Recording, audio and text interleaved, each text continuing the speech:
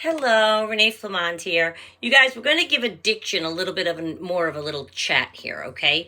And I want you to think of any addict, real or fictional, yourself, you may have been addicted to something. They do anything on earth to acquire their drug of choice.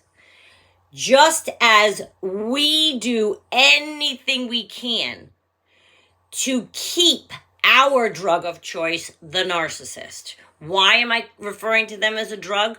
Because you would never do any of the things that we do, none of us would, if we were in a clear state of mind, not fuzzy from love bombing, and we would never put up with the narcissist what we put up with if it weren't for addiction, which does that. It makes you put up with anything. Smokers tolerate a bad cough and the fact that they're going to die. They can't quit, okay? Think of any addict.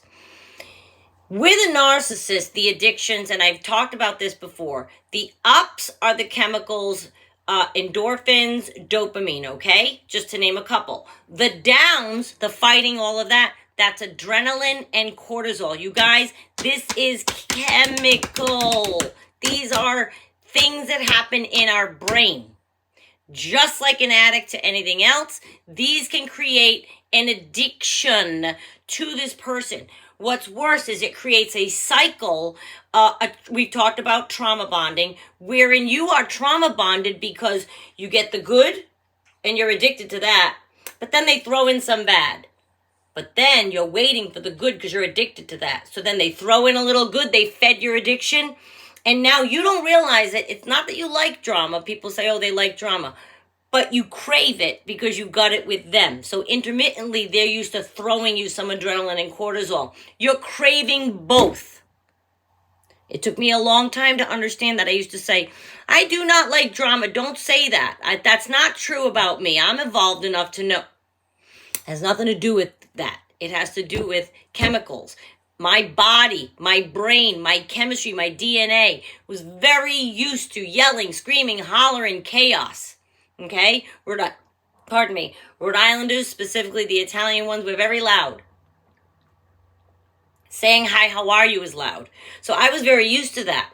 So I fed off of it because it was my comfort zone. So I'm feeding off both good and bad chemicals and staying addicted to the narcissist, and it becomes a cycle, and you can't break out of it because it can all trick you into thinking you're truly in love with how good the good makes you feel and how sad you are when the bad feels. Even though you're sad and miserable, your body craved that adrenaline and cortisol. I know it sounds odd. It is a real thing. When you crave the cycle of hormones, including the bad one, no one, when you're in the middle of that, can tell you to quit. Cognitive dissonance, we talked about it maybe a month ago. No one can tell you to quit. Just like any addict with any substance, you have to be the one to decide you don't want that anymore. And you're cloaked in secrecy because you know what you'll hear from other people. So very oftentimes it punctuates how bad it is when you're in this cycle of good versus bad, because you can't share it with anyone because you know exactly what they're going to say. Just leave them. What's the problem? The problem is if you leave him, you go, because where's your addiction being fed? Suddenly you're not getting endorphins, or you're not getting love bombing or devalue. So all your chemicals are wiped out.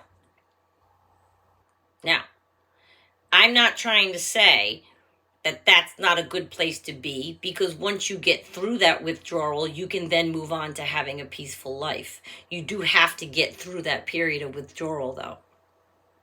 Your magnetic draw to them isn't even about them, the person.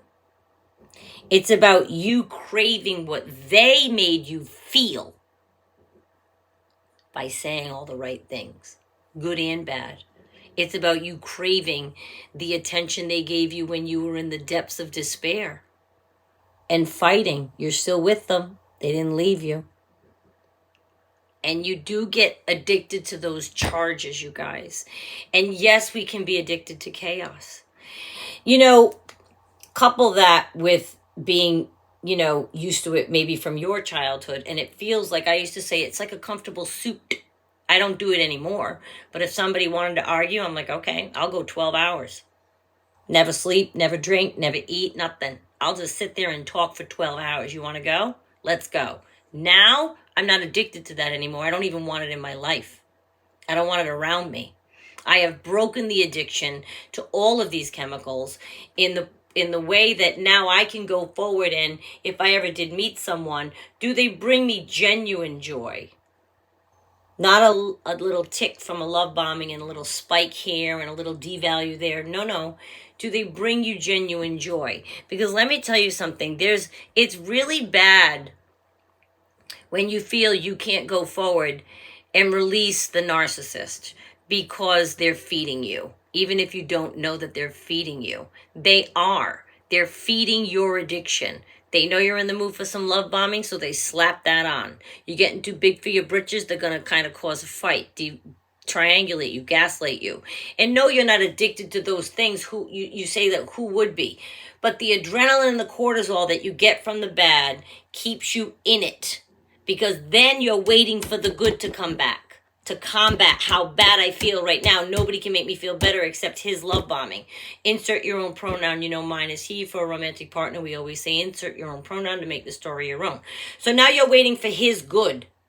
And so you're going to put up with the adrenaline and cortisol. You're going to feed that addiction inside your brain chemistry that's gotten used to it with all the fighting you've done with each other. So your brain is getting that addiction fed, but now it's waiting for the love bombing. You want that again. So you're going to hang in there.